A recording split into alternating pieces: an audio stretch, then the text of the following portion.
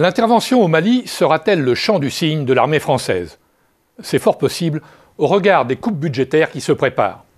Depuis des années, les services de Bercy rabotent le budget de la défense qui est devenu sa principale variable d'ajustement. Les lois de programmation ne sont pas respectées et comme la technostructure du ministère avec sa pléthore de généraux n'entend pas se remettre en cause, ce sont les dépenses de fonctionnement sur le terrain et les investissements qui font les frais de ce rabotage budgétaire incessant.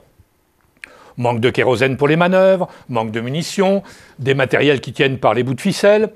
Dans la coque de certains navires, expliquait non sans humour le chef d'état-major des armées, l'épaisseur du métal n'est plus que d'1 centimètre en tenant compte des couches de peinture. Et voilà qu'au nom de la rigueur et de la dette, on envisage à Bercy de sabrer encore plus dans ce budget.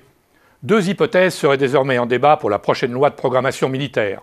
L'une consisterait à appliquer un gel des dépenses en valeur absolue pendant les 3 prochaines années.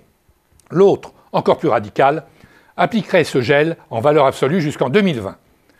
L'effort de défense français est déjà tombé à un niveau historiquement bas, 1,5% du PIB.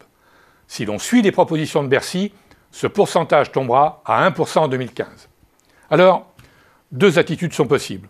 On peut effectivement considérer que l'armée est inutile, que les industries d'armement n'ont pas lieu d'être dans un État post-démocratique. On peut estimer que la force de frappe ne sert plus à grand-chose dans cette grande Europe pacifique et pacifiste. On peut effectivement choisir de supprimer les emplois militaires pour préserver ceux des collectivités locales. On peut arbitrer en faveur de la construction de ronds-points plutôt que d'investir dans les drones, les sous-marins nucléaires ou la cyberguerre.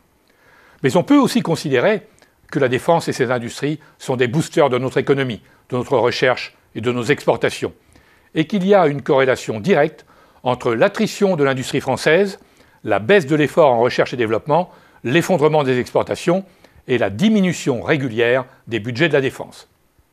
Si la France est encore une grande puissance, elle le doit, pourquoi s'en cacher, à son outil de défense et à son siège au Conseil de sécurité. C'est ce qui nous permet de voyager encore en première, comme diraient nos amis allemands, avec un billet de seconde. Des Allemands qui, eux, suivent le chemin inverse du nôtre. Ils montent en puissance dans le domaine militaire. Pour la première fois, leur budget militaire a dépassé en valeur celui de la France. Parallèlement, les exportations d'armes made in Germany progressent, là où les nôtres s'étiolent. Il serait temps que les socialistes et une partie de la gauche se soignent de leur schizophrénie. On ne peut pas vouloir tout et son contraire. Intervenir au Mali aujourd'hui et ailleurs demain, au nom de la France ou de l'Europe, sans y consacrer les sommes nécessaires. On ne peut pas prétendre rééquilibrer l'Europe, notamment face à l'Allemagne, si on ne met pas le paquet sur nos points forts et sur les domaines où nous avons encore un petit avantage. On ne peut pas militer pour la réindustrialisation en commençant par détruire ce qui marche bien. On ne peut pas, dans un monde de plus en plus incertain et dangereux, sacrifier notre sécurité et celle de nos enfants sur l'autel de la rigueur budgétaire. On ferait bien à Bercy, à l'Élysée et ailleurs, de relire L'étrange défaite de Marc Bloch, ce grand historien fusillé par la Gestapo.